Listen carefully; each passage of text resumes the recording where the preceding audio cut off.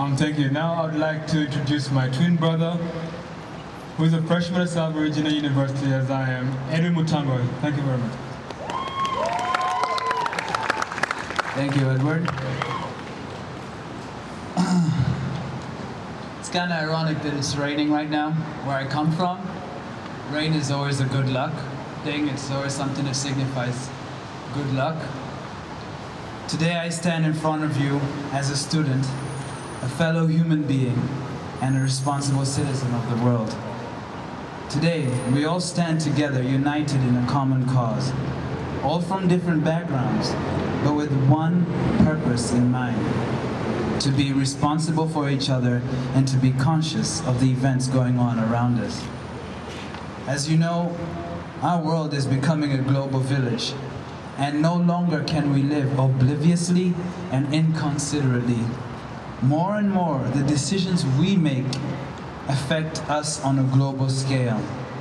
Pollution is just one example. Economic growth here in the United States affects the rest of the world through the emission of greenhouse gases.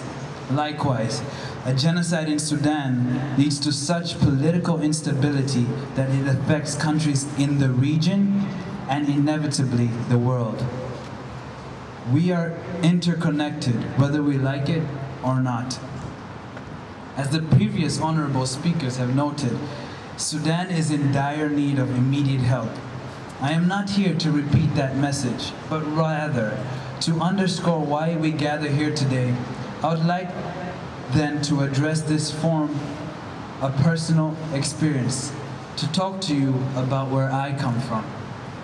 My home, Rwanda, a tiny country in Central East Africa, is a country that experienced the unconditional massacre of one group of people based upon grounds of ethnicity.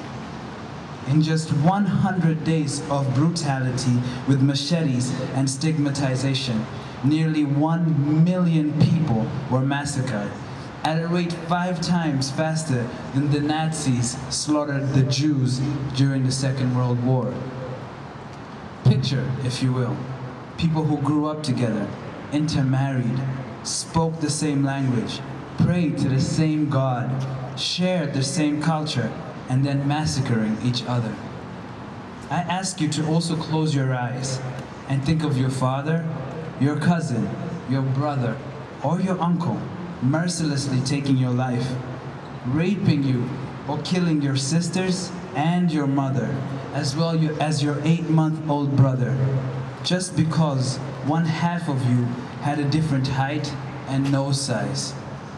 Unthinkable, unimaginable, insane? Indeed.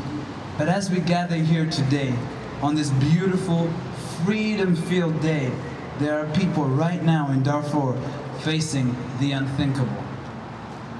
Because of the volatility in my homeland, I was born in exile outside Rwanda, living as a refugee for 7 years. My memories of those years were uneasy ones, and I felt displaced and unwelcomed, despite people's kindness. One memory that will stick in my mind forever features my elementary school principal who called a meeting for the whole student body for the sole purpose of warning us against eating fish out of Lake Victoria in Uganda.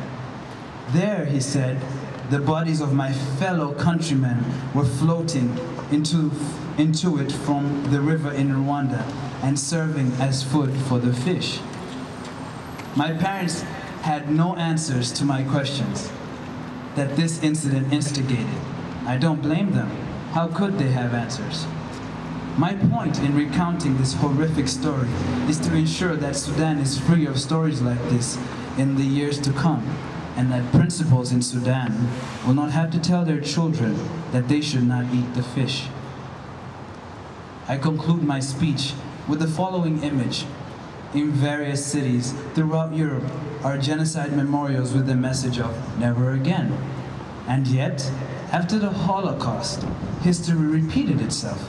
In Rwanda, there now stands a genocide memorial center depicting worldwide genocides and with the same message, never again. Now, my brothers and sisters, I leave you with a challenge. Let us do all that is in our power to ensure that a genocide memorial center is not built in Darfur with the message, never again.